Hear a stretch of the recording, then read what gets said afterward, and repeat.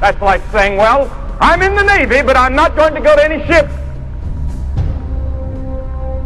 Like the United Nations. I was over at the United Nations on Monday and had a wonderful talk with Mr. Hammershield.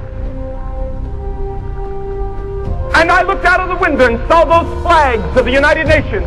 And I said, here's one organization, but it has its many local constituencies all over the world in the form of nations and states. Here, we have the great church, the body of Christ, but it has its local branches all over. And one may be called Lutheran, one may be Baptist, one may be Presbyterian.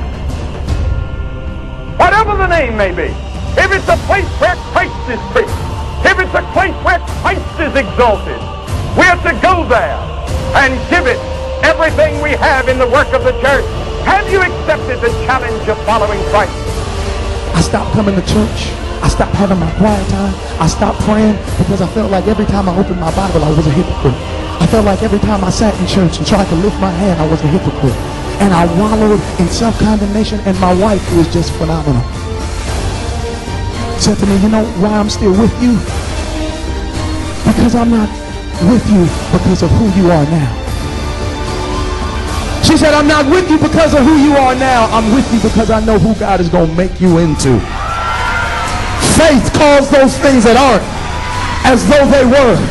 And even though I had slipped and fallen, she saw something better in me than what I did.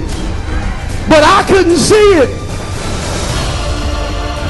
I failed to realize that I was so busy focusing on the tree in the garden that I forgot that about 2,000 years ago,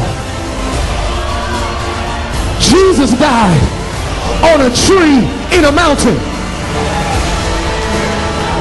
And what Jesus did on the mountain, if I receive it by faith, can cancel out everything I did in the garden.